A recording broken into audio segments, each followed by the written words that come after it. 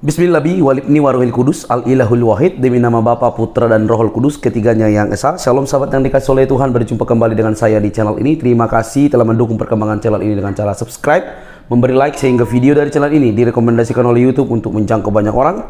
Teman-teman juga boleh memberikan komentar yang cerdas yang berkaitan dengan video yang saya upload, dan dukung saya dengan cara men-share video dari channel ini di berbagai media teman-teman, sehingga ada banyak orang yang mendapatkan informasi kebenaran yang disampaikan melalui channel ini. Nah teman-teman, saya lagi santai ini, duduk-duduk, dan saya mendapatkan sebuah video yang mungkin teman-teman bakal terkaget dan tahu kenapa kok penutupan gereja, orang-orang intoleran terhadap kekristenan itu marak di Indonesia, padahal ada banyak di antara mereka yang memang masih toleransinya luar biasa. Nah, jawabannya akan kita lihat, dan teman-teman boleh berpikir dengan jernih, dan patut untuk kita kritisi. Ada bagusnya, tetapi tidak semua itu tepat. Ada yang keliru, dan itu yang harus kita luruskan supaya kesalahpahaman yang terjadi dulu-dulu tidak terbawa di generasi-generasi sekarang dan selanjutnya. Karena yang penting bagi bangsa kita ini adalah memupuk rasa toleransi. Kita boleh berbeda dalam keyakinan, tetapi kita masih saudara dalam kemanusiaan. Jadi mari kita lihat dulu teman, apa yang disampaikan oleh seorang pemuka agama daripada Muslim ini di gereja teman-teman, dan bersama teman-teman umat Muslim masuk gereja, dan di sana dia memaparkan alasan-alasan kenapa pendirian rumah ibadah intoleransi itu masih marak. Ini dia videonya.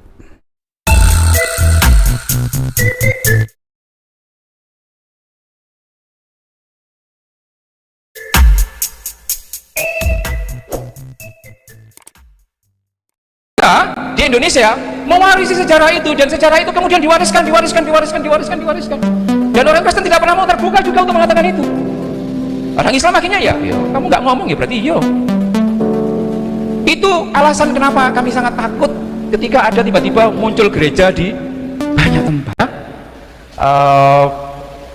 Ini jujur saja, ini acara dengan topik yang menurut saya impossible di Indonesia ini. Bayangkan saya Islam dididik untuk nggak suka dengan orang Kristen karena menganggap Gusti ini orang Kristen piro mbak, gak wani jawab karena kita tahu jawabannya apa.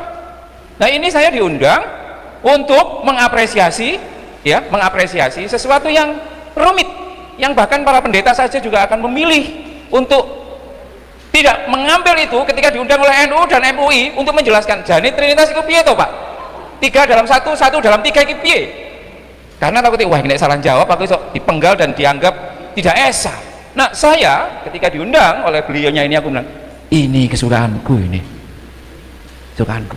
Belum tentu loh ada dosen meskipun di level UIN atau di apa yang berani kayak gitu, karena pilihannya selalu polemis dan lain sebagainya. Nah yang ingin saya katakan teman-teman sekalian, iki apa?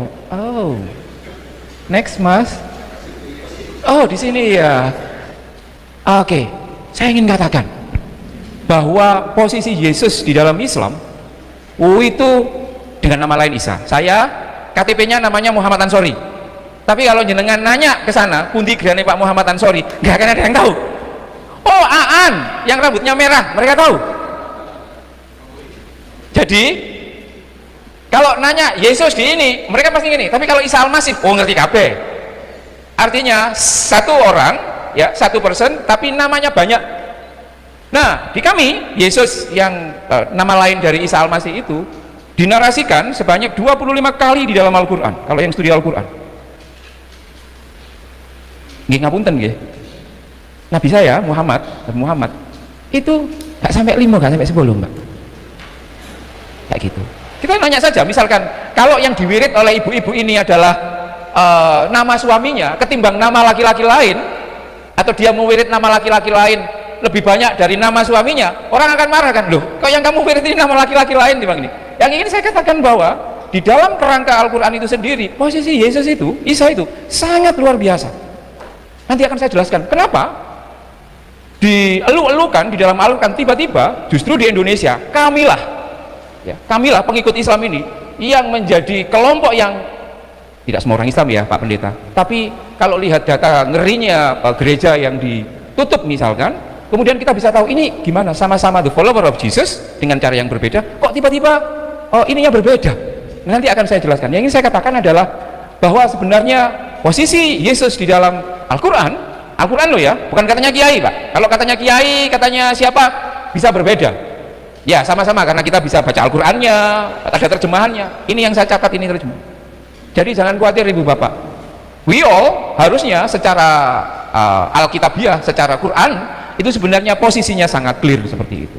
Nah, sebelum saya akan ngomong kenapa kok kami menjadi sangat tidak suka dengan jenengan semuanya, saya ingin mengapresiasi bahwa halo, hey, mundur iki, hey, Mas, kalau maju gimana? Mundur Mas, ya apa mundur iki? Mas, please, next Mas, next lagi. Saya ingin mengapresiasi betapa saya itu sangat berterima kasih kepada teman-teman gereja karena sudah mampu mendidik jemaat-jemaatnya itu dengan sangat baik, sehingga mereka menurut survei ini survei mahasiswa-mahasiswi seluruh Indonesia mengenai tingkat toleransi ya, yang paling enggak Mas itu apa toh? Nah ini jadi mahasiswa-mahasiswi selain Islam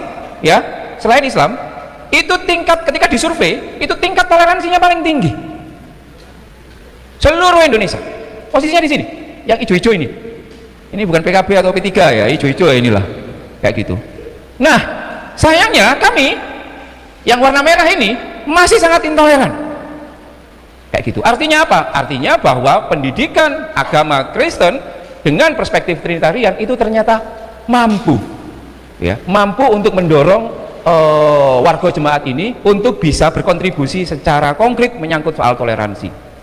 Nah terus umatmu iki piyean kok masih seperti ini, terutama galak sekali. Orang Islam itu kan galak terhadap selain Islam, tapi kalau masih ke mana, Magelang itu Mas, ke Borobudur masih mau, ke Klenteng masih mau, tapi kalau ke gereja, nanti dulu ini kan, nanti bisa ditanyakan kepada mbak-mbak ini bagaimana perasaan pertama kali masuk di gereja. Yang ingin saya katakan bahwa gereja mendapat special attention terkait dengan dari pandangan Islam itu sendiri. Karena apa? Karena ada beberapa faktor itu sendiri. Next Mas, saya akan terus menyatakan kenapa sih kemudian angkanya tinggi sekali persekusi. Nanti masuk ke Trinitarian. Saya ingin seperti ini Bu Bapak, tidak mungkin kita bisa menolong orang yang sedang sakit kalau kita tidak memahami sakitnya, kita tidak memahami psikologi orangnya. Nah, kalau Ibu Bapak ngomong, kenapa kok tetanggaku yang awalnya itu toleran menjadi tidak toleran, itu kenapa dan lain sebagainya, nanti ini akan menjadi bekal. Jadi menurut saya itu salah satu kuncinya itu adalah ada beberapa faktor. Next Mas, nanti salah satunya adalah faktor dari Trinitas itu sendiri. Yang pertama, orang itu bisa radikal dan toleran, ini soal ketimpangan. Kalau kita kayanya keterlaluan, misalkan yang kemarin ya, yang Dirjen Pajak dan lain sebagainya, keterlaluan, itu kita marah. Biasanya ketimpangan sosial itu yang marah itu kan yang menjadi korban, gitu kan Mas. Tapi dalam konteks ini, konteks soal identitas agama ini, justru yang marah itu justru orang yang sudah melimpah. Orang Islam itu kan menguasai seluruh jagat politik loh. Nggak mungkin, belum mungkin ada presiden yang di luar Islam, itu belum mungkin. Artinya apa? Kami ini sebenarnya tidak tertindas. Tapi kenapa ada orang yang tidak tertindas tapi kemudian malah berposisi sebagai orang yang selalu tertindas? Ngamuk. Saya nggak tahu di Sragen ini. Sragen mungkin suatu saat bisa dicek ya, nanti kalau ada warga yang agak bagus ilmu politiknya Mas, coba running menjadi calon bupati Sragen, nanti kena isu SARA atau tidak kayak Ahok. Kalau nggak kena isu SARA, itu berarti kedewasaan teman-teman Sragen kuat meskipun nggak jadi bupati. NU nanti akan ngomong ya apik gereja ya gereja, tapi ya tetap ya milih tetap sing podo-podo podo-podo kayak gitu. Jadi yang ingin saya katakan adalah bahwa kalau dulu ada teori bahwa yang tertindas itu yang melawan, dalam konteks ini berbeda. Yang berkelimpahan itu justru merasa dirinya terancam. Jadi ini apa? Dicek ternyata semuanya normal, tapi kok cek loro. Nah yang kedua, menurut saya orang itu bisa radikal, bisa intoleran, itu kalau dia memiliki kadar angan-angan yang melebihi ambang batas. Kadar angan-angan terkait yang paling suci, yang paling murni, yang paling asli, yang paling benar. Itu kalau kadarnya keterlaluan, ia akan menyakiti orang lain. Merasa dirinya cantik, itu ini oke. Tapi merasa dirinya paling cantik, itu bermasalah bagi warga jemaat. Kalau misalkan pendeta Wawan mengatakan, istriku cantik, semua oke. Tapi nek istriku paling cantik seluruh GKJ, wah ini ibu-ibu majelis akan bermasalah. Pak, ya jangan gitulah. Karena kata paling itu selalu meminta tumbal orang ada di bawahnya. Nah, yang ketiga menurut saya menjadi penting adalah kenapa banyak orang Islam yang masih tidak bisa menerima kekristenan dan menganggap kekristenan itu sebagai musuh, meskipun sama-sama mencintai dan mengimani Yesus. Ya, di kami itu ibu bapak sekalian masih ingat rukun iman kita toh? Di rukun iman kami, kalau di ibu bapak itu syahadat 12 lah. Kami ini tidak dianggap sebagai orang Islam Sunni sejati kalau kami tidak mempercayai Nabi dan para Rasul sebelum Nabi Muhammad. Yang termasuk kami imani juga itu adalah Isa, Yesus, Musa, Ibrahim dan lain sebagainya, itu masuk menjadi kepercayaan kami. Nah, kenapa kemudian kami yang jelas-jelas secara teologi itu meyakini Yesus itu sebagai bagian penting dari kredo faith kami, ternyata kok sangat nggak suka dengan ini? Ada faktornya. Pertama adalah soal pewarisan memori ingatan terkait kesesatan kristologi dan ketakutan historik Indonesia. Next mas, saya akan jelaskan pelan-pelan saja. Jadi begini ibu bapak, dulu sebelum kita merdeka, itu orang Islam itu menganggap bahwa negara Islam, negara Indonesia itu miliknya orang Islam. Lalu Belanda datang, nyebarin orang Kristen, orang Islam kemudian menjadi gini, wah kok makin lama kok makin seperti ini. Warganya GKJ Taman Asri kok semakin lama semakin susut dan pindah ke GKJ sebelah. Ada perasaan terancam. Nah, pada waktu itu Belanda itu juga memberikan perlakuan yang sangat berbeda kepada pemeluk agama Islam dan pemeluk agama Kristen. Ini saya ambil datanya dari bukunya ini. Jadi orang Kristen yang cuma 5% itu mendapat limpahan dana 1 juta gulden tiap tahun dari Belanda. Orang Islam yang jumlahnya jutaan cuma dapat 5.000 gulden. Jadi orang Islam ini seperti didu. Oh gini ya jadi orang Islam, dikuyok-kuyok begini. Nah, memori itu kemudian terus dilembagakan sehingga ketika Belanda itu sudah nggak ada, kekristenan masih ada di sini, memorinya orang Islam itu masih begini. Kowe anak Londo, ya, kowe anak Londo dan kamu bagian dari penjajah itu sendiri. Yang kedua, orang Islam menjadi sangat marah ketika banyak orang Kristen nggak sepakat piagam Jakarta mas. Orang Islam, loh jadi ini dulur, iki sing menang pertandingan kan aku. Pada waktu 45 itu yang paling banyak pendukungnya itu kan kelompok Islamis. Karena aku pendukung yang paling banyak, ya berarti aku yang boleh ngatur negara ini, tak atur sesuai agama Islam dengan piagam Jakarta. Konco-konco nasionalis dan konco-konco Kristen mengatakan, ojo ngono rek, loh jari ini aku sing pemenang, harusnya ya aku ikut, aku mengatur soal itu. Sampai sekarang piagam Jakarta tidak terimplementasikan. Lukanya orang Islam mengatakan, anjay ini Kristen dibalik dalang semua itu. Jenenge wong nggak seneng mas, mbak. Yang kedua yang ini membuat, ini mungkin nggak akan pernah disampaikan ya. Di sini ada yang baptis tahun 67, antara 67 sampai 69. Jenengan pasti kalau belajar sejarah. Nanti coba dibuka baptisan buku baptis 67 sampai 69. Nggih mas, nggih. Itu periode menggembirakan dan periode paling gelap. Menggembirakan bagi teman-teman Kristen dianggap paling gelap di dalam narasi politik Islam. Yang tahu sejarah pada waktu itu GKJ mendapat limpahan sangat banyak pada waktu itu. Ada sekitar 1 juta orang itu minta dibaptis selama 2 tahun itu. Salah satunya karena gara-gara peristiwa 65. Bayangkan ibu bapak, orang Islam itu kan paling gupuh kalau ada orang yang awalnya dianggap Islam terus kemudian live di TikTok dibaptis secara live, itu kan pasti akan dilaporkan polisi itu. 1-2 orang. Ini hampir 1 juta orang itu minta dibaptis. Kiai pada waktu itu ndelok itu kalau ngersolo ibu bapak. Ya Allah. Ini bayangkan tiba-tiba separuh dari jemaat GKJ Taman Asri bedol deso nang Taman Murni. Loh, lelean loh, iki ini. Loh, ya kan? Perasaan majelis gimana? Ya, perasaan. Iki mau separuh, Mak.